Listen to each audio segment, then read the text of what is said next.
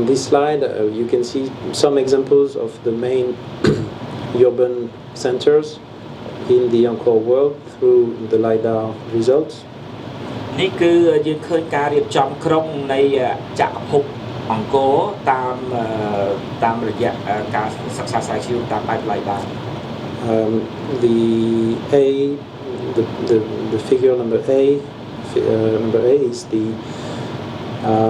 a group of mounds and trapern ponds located, I think, next to Holios. You can see it's open. There is no grid. There is no organization. It's a low concentration of settlements. នេះគឺ A រូប A អក្សរ A ហ្នឹងគឺមាននិយាយមានតាពាំងមានទួលមានអីនៅខាងរលួសហើយអត់មានជាការរៀបចំអីជារចនាសម្ព័ន្ធអីទេ Later on, you have some organization. The figure B is in Sambor-Prekouk. You can see the large enclosure with some organization inside and outside. នៅមួយទៀតយើងឃើញមានការរៀបចំមានជាកំពែងព័ទ្ធជំវិញ B គឺនៅខាងរូប B ហ្នឹងគឺនៅខាងSambor Prekouk ហើយមានរចនាសម្ព័ន្ធនៅខាងក្នុងនិងខាងក្រៅមានកំពែងមានរចនាសម្ព័ន្ធនៅខាងក្នុងនិងក្រៅ The C is Kulen, so I'm not going to detail it. And D is Holios. C is the western city of around Prerup, eastern city around Prerup, and F is Angkor Thom. គាត់មាន C គឺជាការរៀបចំក្រុងរចនាសម្ព័ន្ធក្រុងនៅលើភ្នំកន្លែង D គឺនៅខាងរលួស E នៅខាងជំនាញ Prerup លើ Israel នៅខាងបរាយខាងកើតនៅខាងប្រែរូបជាក្រុងដែរនៅខាងប្រែរូបហើយនឹង F គឺជាក្រុងអង្គរធំ So through these different images you can see the variety of settlements of systems for capital during the few centuries and you can see that the Kulen one is very special because it's very well organized, it's opened and quite dense in the center, but it didn't last very long. យើងឃើញនៅបង្ហាញរូបទៅប្រមាណនេះគឺការរៀបចំក្រុងហើយមានរបៀបផ្សេងៗគ្នាហើយខាងគូលែនយើងឃើញមានរៀបចំការរៀបចំក្រុងគឺមានរចនាសម្ព័ន្ធមានរបៀបរបបត្រឹមល្អហើយមានរបៀបការតាំងទីច្រើននៅខាងក្នុងកំពែងក្រុងហ្នឹងហើយមិនបាននៅយូរមិនបានមានរយៈពេលយូរជារីកនេះយ៉ាងនៅយូរ So to summarize what I've been telling you today, we have started our work working on the previous material from the first explorer from the late 19th century, early 20th century. គឺការងាររបស់គាត់សង្ខេបមកវិញគឺថាការងាររបស់គាត់គឺចាប់ផ្ដើមដោយពិនិត្យមើលទៅលើការងារស្រាវជ្រាវតាំងពីដើមសតវត្សទី19ដល់ Later in 1936-38 there was an important archaeological research done in Kulen that was able to confirm the presence of the capital on the plateau. គឺនៅក្នុងឆ្នាំ1936-38គឺគេការសិក្សាស្រាវជ្រាវលើភ្នំកលែនដែលពេលនោះគេអាចបញ្ជាក់ថានៅលើភ្នំកលែនគឺជារាជធានី In 1965, 1970, there was also work done, especially by Bulbel. នៅការសិក្សាស្រាវជ្រាវឆ្នាំ1965ដល់70គឺលោកសំប៊ុលបេគាត់បានធ្វើការសិក្សាស្រាវជ្រាវនៅលើគូលែន And then there was our research before that I would divide in two periods, pre-LiDAR and post-LiDAR. It doesn't change the problematic. We are still trying to understand why the capital was moved there, why did it went away. But it's clear that the LiDAR gave us a new tool to explore and discover lots of things in Kulen. នៅក្នុងការសិក្សាស្រាវជ្រាវគាត់ចែកជាពីរគឺមុនការសិក្សាមុនការថតរូបការសិក្សាស្រាវជ្រាវដោយប្រព័ន្ធរបៀប LiDAR ហ្នឹងមុនហើយនឹងក្រោយហើយនៅសំណួរគឺអត់មានដូចប្រហែលនេះគឺថាហេតុអីបានក្រុងរាជធានីត្រូវមានការផ្លាស់ប្ដូរពីកន្លែងហ្នឹង So again, to summarize the chronology of the main occupation in Kulen, we have some prehistorical sites I didn't talk about, but they are rock paintings, very few, very rare, and they are approximately dated from 3000 BC. គាត់មិនបាននិយាយអំពីការបញ្ចេញពីការបរិច្ឆេទដែលមានការតាំងទីនៅកន្លែងនោះគាត់បាននិយាយអំពីការប្រវត្តិដែលនៅកន្លែងនោះគឺថាគាត់បាននិយាយអំពីសម័យនៃការតាំងទីរបស់មនុស្សសម័យបុរាណប្រវត្តិគឺមាននៅកន្លែងនោះគាត់យល់ថាមាន rock painting គឺគំនូរដែលគេគូរនៅលើថ្មនៅតាមថ្មហ្នឹងគឺអាចមានអាយុប្រហែលជា 3000 ឆ្នាំមុនគ្រិស្តសករាជ We have of course the capital from the early 9th century with very few temples that can predate this. មានបន្ទាប់មកទៀតគឺយើងឃើញមានរាជធានីគឺនៅដើមសតវត្សទី19សតវត្សទី9ហើយមានសំណង់ដែលតិចតួចណាស់ដែលមុនដើមសតវត្សទី9 And then later from the 10th century we have, even though the capital as the center of power is not in Kulen anymore, we have different type of occupation. One is an industry, the ceramic kiln, 10 to 11. នៅសម័យក្រោយមកទៀតគឺយើងឃើញចាប់ពីសតវត្សទី10មកមានការតាំងទីនៅទីនោះតាមរបៀបផ្សេងមួយក្នុងចំណោមមួយគឺជាការផលិតសេរ៉ាមិកភាគ Another one is the presence of the earth mounts, 10-11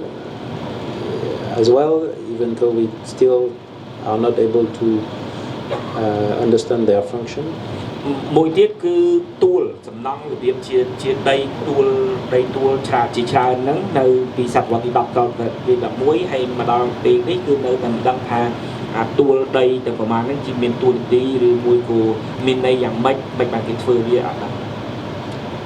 We have of course the ermite sites, most of them from 10 to 13 centuries. អាស្រមមេស័យហ្នឹងគឺមានពីសតវត្សទី10ដល់សតវត្សទី13 And then we have a concentration of sites around Pyeongtaum that are starting from around Pyeongtaum, the large reclining Buddha. This area is concentrating a lot of archaeological sites from the 10th century with the Lingmupan, but also later up to the 16th century. នៅកន្លែង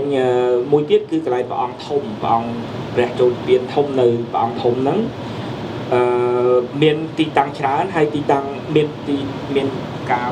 បោផ្ដុំដែលរស់នៅម្ដុំហ្នឹងពីសតវត្សយើងគិតទៅពីសតវត្សទី10ដល់សតវត្សទី16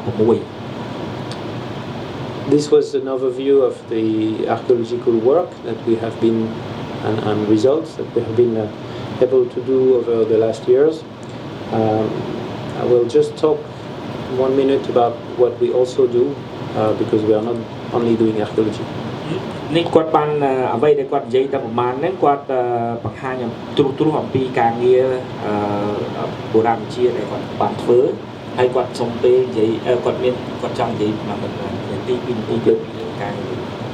Yeah, just one more slide. Even though it's a lot of work, a large part of our activity is to work on the development, and with the development we have several components. នៅមួយផ្នែកទៀតបាននៃមូលនិធិរបស់គាត់ foundation របស់គាត់នេះគឺធ្វើការលើការអភិវឌ្ឍហ្នឹងមានផ្នែកផ្សេង So the first one is to provide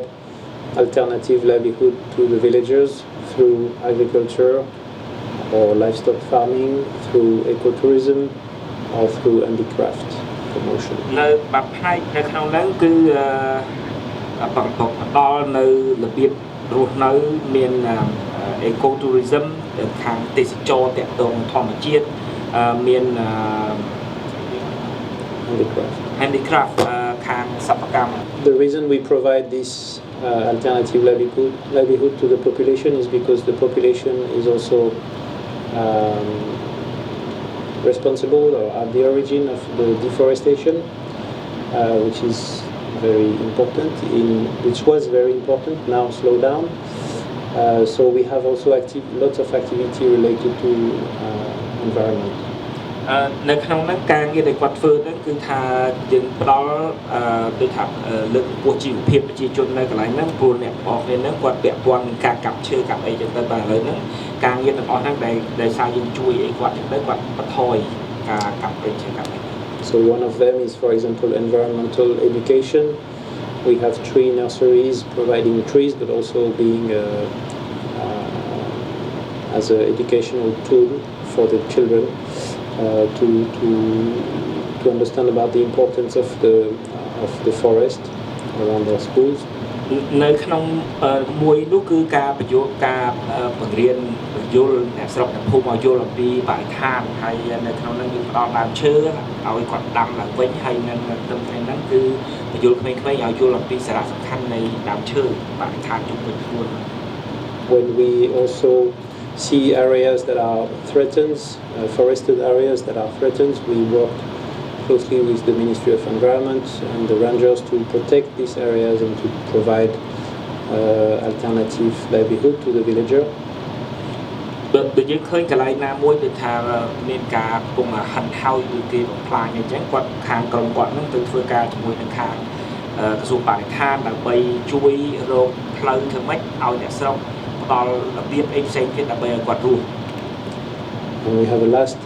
component which is more focused into hygiene, sanitation in schools, and water system as well as infrastructures for schools that are very remote. មួយទៀតគាត់ធ្វើការជាមួយនឹងខាងសាលាគឺខាងរបៀបអនាម័យនិងរចនាសម្ព័ន្ធអីផ្សេងៗទៀតធ្វើការជាមួយនឹងខាងការអប់រំគូសាលាស្អី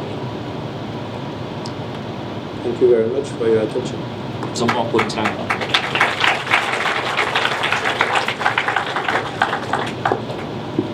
If you have question, please. បើមានសំណួរចាំសួរគាត់នៅខាងក្រៅមានសំណួរសួរគាត់ហើយ So thank you very much for your wonderful presentation. I hope that all of us enjoy the presentation and we learn a lot from his presentation. And we can see the ancient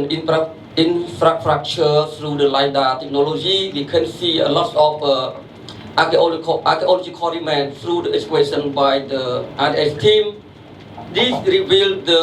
chronology of the human occupation on top of the Gulen Mountain.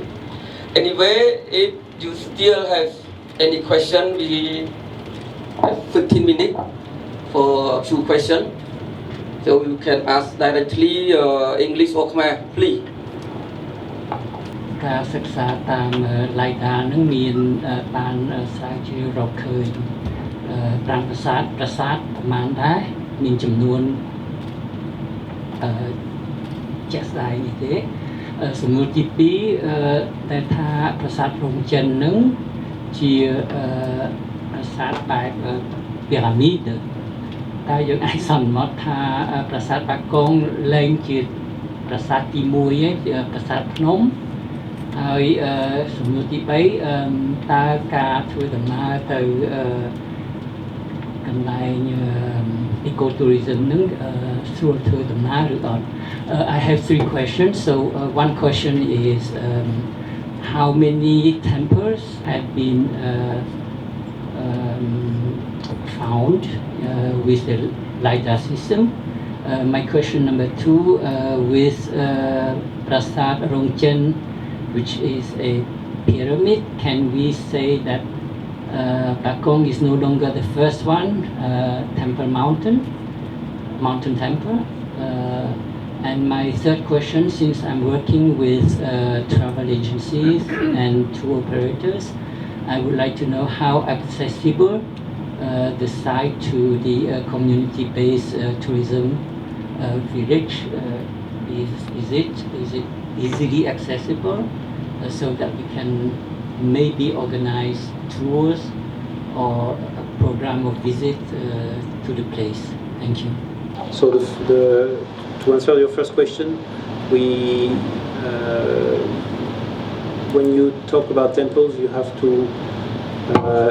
imagine that some temples are in very good condition, some are completely collapsed, and some are not even built. I mean, there is only a platform, and it was probably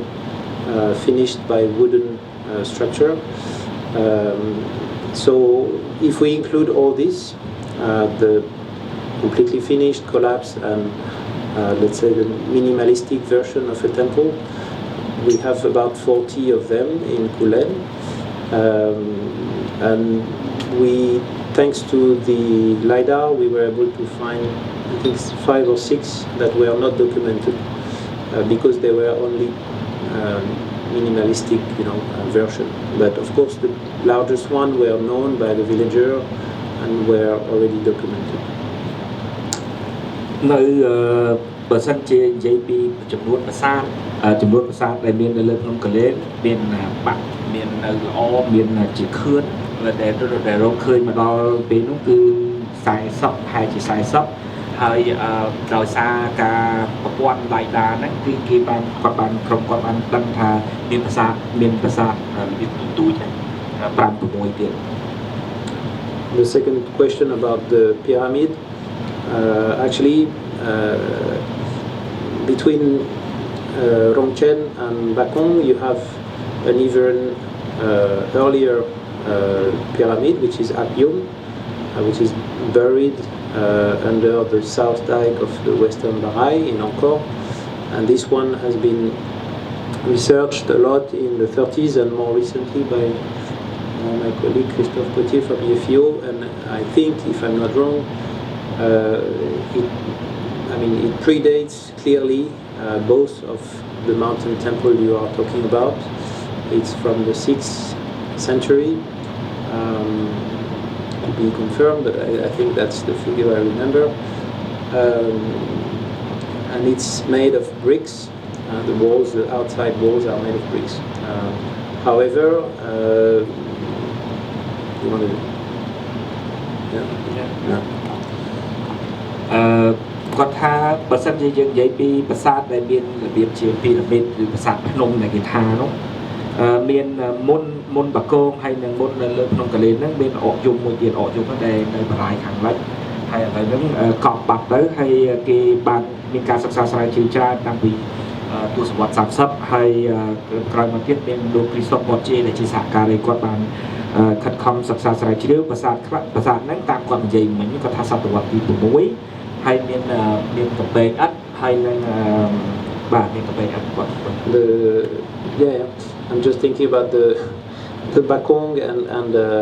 Rongchen. Then it's hard to know which one was built first because the radiocarbon dating sometimes is not very precise. However, the Bakong mountain temple is much more sophisticated, much more advanced, and also there is probably a previous phase of Bakong which is under the sandstone wall, which is made of laterite, and this is probably maybe the one from Imam Rahman, which was covered later by Jahman III. So that could explain also why we don't have a lot of monuments from Jahman II. គាត់ថាប្រាសាទរោងចិនហ្នឹងគឺអាចនឹងយើងអត់ដឹងច្បាស់ជាការបរិច្ឆេទណាសំមុនសំក្រោយអីទេក៏ប៉ុន្តែអ្វីដែលគាត់ដឹងហ្នឹងគឺថានៅបកងហ្នឹងគឺយើងឃើញវាសំណង់ហ្នឹងមានភាពគឺថាជឿនលឿនទំនើបរបៀបធ្វើទំនើបសម័យនោះហើយមានអាចនឹងសំណង់ដែលយើងឃើញសប្តាហ៍ដែលជាក្រឹងនៅលើហ្នឹងដែលធ្វើអំពីថ្មភក់ហ្នឹងគឺជាសំណង់ដែលក្រោបលើសំណង់ចាក់ដែលមានធ្វើអំពីប្រហែលជាថ្មបាយក្រៀមហើយថ្មបាយក្រៀមប្រហែលជាកសាងដោយប្របាទឥន្ទ្រាវរ្ម័នហើយក្រោយមកទៀតចៃអត់មិន fifth or third ប្រហែលចេញមកទី3 But your last question about Ecotourism Center, we have set up 2, one in Along Tom village, one in Popel village. The centers are accessible easily now by car, but if you want to see the temples, you should go to the Along Tom one. The Popel one is more related to forest and lost waterfall. And long-term one presents offers treks that we design with the villagers. We train the villagers as a guide, as cooks, so they can also provide lunch. And these have been promoted on each Facebook page of each centers. We are still continuing the promotion, but I can give you more detail after. No, there is no accommodation. It's a day trip, half day or full day trip. នៅចំពោះតកតងនឹងទេសចរដើរមើលនៅខាងដើរមើលធម្មជាតិឬប្រាសាទនៅកន្លែងនោះមានពីរកន្លែងដែលគាត់រៀបចំចាក់ចែងគឺនៅលំធំមួយនៅខាងប្រពេលមួយប្រពេលគឺតកតងនឹងរឿងដោយថាមើលធម្មជាតិដើមឈើមើលអីចឹងហើយនៅខាងលំធំដើរមើលប្រាសាទហើយមាននៅកន្លែងនោះគឺមានអ្នកគាត់គេមានការបណ្ដុះបណ្ដាលជូនដល់អ្នកភូមិគាត់អាចជាអ្នកនាំយើងទៅប្រាសាទមួយនៅខាងលោកធំអាចនាំយើងទៅមើលប្រាសាទមួយហើយបើយើងចង់ហូបបាយនៅកន្លែងគាត់អាចស្លឲ្យហូបបានមិនដឹងមានប្រក្រែកក្រំអត់ទេប៉ុន្តែមានគាត់អាចស្លឲ្យបានហើយនឹងបើសិនជាបងក្នុងគាត់ចង់បានព័ត៌មានអីលំបាត់បន្ថែមទៀតសូមតាក់ទងគាត់តាមក្រោយ And the roads to the temples are very hard, so you have to walk or take a local motor dog. បើនៅកន្លែងនោះអាចជិះម៉ូតូឬពួកវាការវាពិបាកជួនកាលយើងទៅជិះម៉ូតូឬមួយក៏ដើរអត់ផ្លូវអត់ស្រួលទេមានទាំងនៅក្បាលស្ពានទាំងនៅលឹង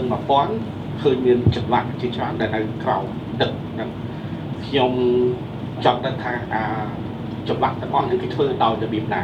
ទៅមុខទឹកទៅឆ្វាក់នៅខាងក្រោមហ្នឹងមួយក៏វាមានបច្ចេកទេសអីបែបណា Probably they cannot carve in the water. I don't think this is possible technically, so they had to find a system to divert temporarily the water with some containers full of sand, I suppose, like we do, like you saw on the picture. We put some karong full of sand, but I didn't think they had karong, but they had to have some things to divert the water temporarily to be able to carve. We did the very precise topographical map of both sides. It's not published yet, but we have a very fine map of these two sides. And doing this, we have noticed a few marks that are regularly spaced in line, and that are probably the marks for the sculptures to be able to copy and paste his model as a point where he could duplicate his model, and we have them in line and each time on the northeast corner, so it's like a way to carve, or at least to bring your layout on the riverbed. នៅក្នុងក្បាលស្ពានហើយនៅកន្លែងលឹកប្រព័ន្ធដែលគាត់សួរមិញហ្នឹងថារបៀបឆ្លាក់ហ្នឹងគេឆ្លាក់នៅក្នុងទឹកឬមួយយ៉ាងម៉េចតាមគាត់យល់គាត់ថាប្រហែលជាមានរបៀបគេធ្វើបាត់ផ្លូវដោយដាក់ក្បាលដាក់អីចឹងទៅហើយដល់ពេលហើយឆ្លាក់មកផ្លែចឹងទៅកម្មវិធីបានទឹកមកវិញហើយគាត់ប្រាប់ថារបៀបនៅកន្លែងនោះគាត់កំពុងតែធ្វើការបោះពុម្ពផ្សាយអំពីការសិក្សាស្រាវជ្រាវរបស់គាត់នៅលើក្នុងកលេនោះនៅកន្លែងឆ្លាក់ហ្នឹងហើយគាត់ថាគាត់មើលទៅឃើញមានដែលគេឆ្លាក់ហ្នឹងជាប្រព័ន្ធមែនតើដូចមួយកន្លែងតែមួយកន្លែងគេកូពីដាក់ទៅទៀតចឹងជាដំបូងសូមអរគុណដល់ AMD Foundation ដែលបានព្យាយាមធ្វើការយ៉ាងលំបាកហើយបានប្រកាសចេញជាផែនទីនៅលើដោយយើងបានដឹងច្បាស់ទាក់ទងនឹងទីក្រុងបុរាណយើងសំណួររបស់ខ្ញុំគឺខ្ញុំចង់ដឹងថាតើគោលដៅបន្តទៀតរបស់ខាងគាត់នឹងបន្តធ្វើទៀតបន្តពី discover ឃើញហ្នឹងហើយនឹងមួយទៀតខ្ញុំចង់បន្ថែមទៅលើសំណួរដែលបងខាងមុននឹងក៏បានសួរទាក់ទងនឹងប្រាសាទពីរ៉ាមីតទាក់ទងនឹងនៅលើភ្នំហើយនឹងបាគងថាវា mình bên thì môi rồi chẳng mấy cả bên nhóm chỉ nè sau bạc công tiền của đó hay mình chỉ nè sử dụng cho mà tết còn là tha ba liên số thế án tới những cái tha để tôi nâng pi được biết nâng vài chia mình lớn tết mình tái ở với đây gì lại là bị xe bò bờ sạt bạc công nâng bà hai chia bờ sạt phun sập bạn mình tìm mùi để chỉ còn ru tìm mùi nâng vì pro bờ sạt phun nông chỉ tu tới thì thôi ô tiêu đỏ thua aiประมาณ ศาสนาให้thôiเลยพนมบางท้ายดอกเปภาษาพนมสปานิมิตคุมรู้นั่นคือภาษาบาโกง่ายบางแต่ภาษาจีนเขาดึงไตรไอ้ส่งกรมประกันอายลูกแต่มีจำนวนดังอายประเทศอันนั้นได้สร้างยองอ่านหรือการศึกษาวันที่ตัวบางขอบคุณ There is still a lot of questions. I was mentioning the reason why the king selected to decided to settle the capital in Prampulet. So I think this is one big question we should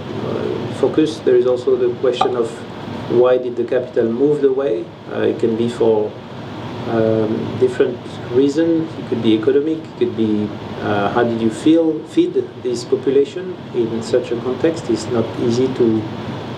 grow rice. We didn't see any rice paddy fields, so maybe they used slash and burn like they used to do quite recently. So